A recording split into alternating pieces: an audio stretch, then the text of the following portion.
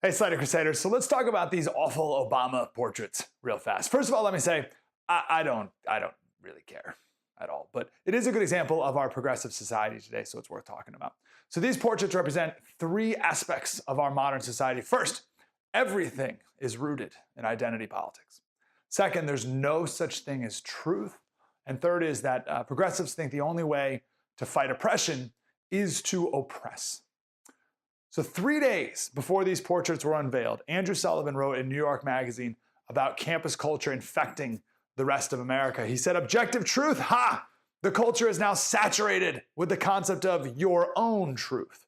Based usually on your experience of race and gender in the culture, it is now highly controversially said for individuals of one racial group to write about or portray anyone outside of it because there is no art that isn't rooted in identity. Enter Erin Biba, science writer for BBC. She wrote on Twitter, "Dear white people, it is beautiful that the Obama portraits are bringing so much joy to the black community. That is the only opinion you need to have about them." Perfect. That's a perfect example of what Sullivan's talking about. There is no art that is not rooted in identity. Right? The Obama portraits are unveiled. They're objectively terrible and inappropriate for this project, but it has to be seen through the lens of race. Black people have to love it. White people have to be happy that black people love it. And if you have any opinion other than that, then you're a racist. You can't look at this art as a person. You have to look at it based on your racial identity. So says progressives. Perfect example. Second, there's no such thing as truth. The Michelle Obama portrait doesn't look like her.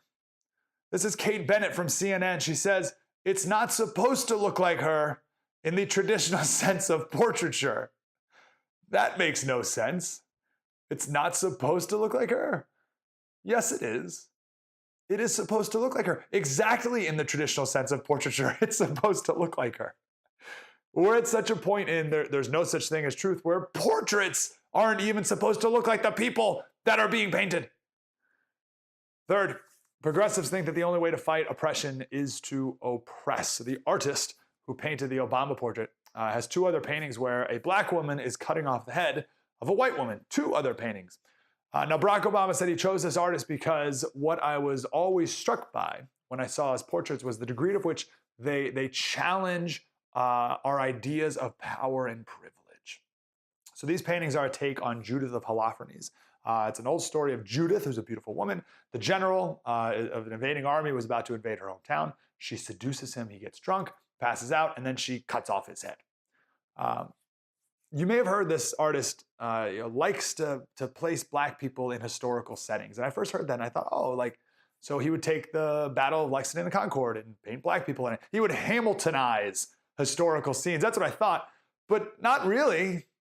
What he did here was he took a story involving two white people and made Judith black and the head of the general a white woman.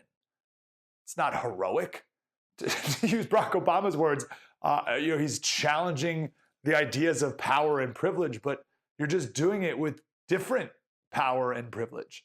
This is neo-Marxism. So Marxism is seeing the world as a battle between the oppressed and the oppressors. If you view the world this way, then the only solution is to switch the roles and for you to become the oppressor. So if your heads were once cut off, the only solution is to now cut off heads, which is what I guess we're supposed to celebrate with this artist's other paintings. So in conclusion, garbage in, garbage out, right? Our modern culture says that you are your identity group. There's no such thing as truth. And if you're oppressed, you need to get power so that you can oppress. I think these paintings are a nice example of all of those. Garbage in, garbage out.